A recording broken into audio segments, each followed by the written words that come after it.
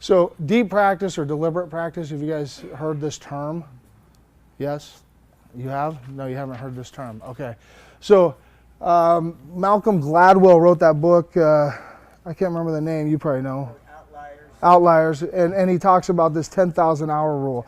But you know, I think that the 10,000 hours can be hacked. It can be shortened.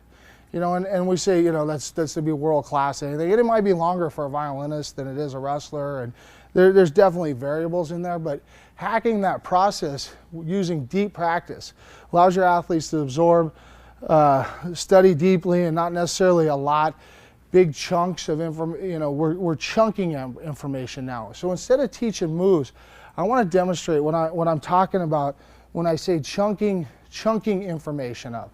So I'm going to borrow Steve here. So if I get into this situation here where I'm pummeling with my opponent here and I hit an arm drag and he counters the drag. Okay, he counters, he just counter. You don't get to take me down. You just get to react. You just stop the drag. Right here, he stops the drag. How many different techniques are available at this moment? Right here. He reacts, takes his hips away. How many different techniques are available at this very moment? Can you think of them? Can you tell me something right here? I hit, okay, beautiful. So I hit a drag, he pulls away. Look, he created an opening right here. So we said arm throw, arm spin, right? Okay. What else could I hit there? What else could I hit there? Again. Okay, if his hips went back. Okay, so now that's, his hips were back just a little farther that time.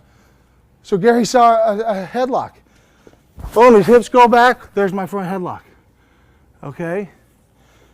This time he keeps his hips in a little more. Right?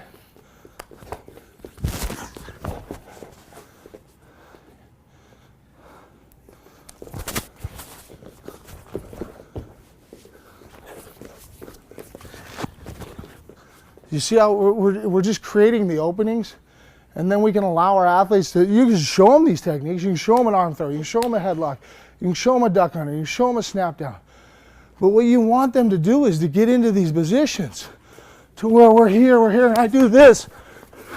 And I don't think about that technique. I don't think about it. It just happens. One of my favorite drills on that video is I showed these young athletes, I showed them 3 different ways to do arm throws. So you guys know the 3 different ways I would teach an arm throw? One I would do is a lifting, where I'm lifting. I'm using my hips, I'm lifting him up off the mat. Okay, the next one would be like a spin where I torque. I'm using this and I torque him. I go into great detail on this. The other one would be, I feel him pushing. I lose gravity. I take him over the top. So 3 different techniques.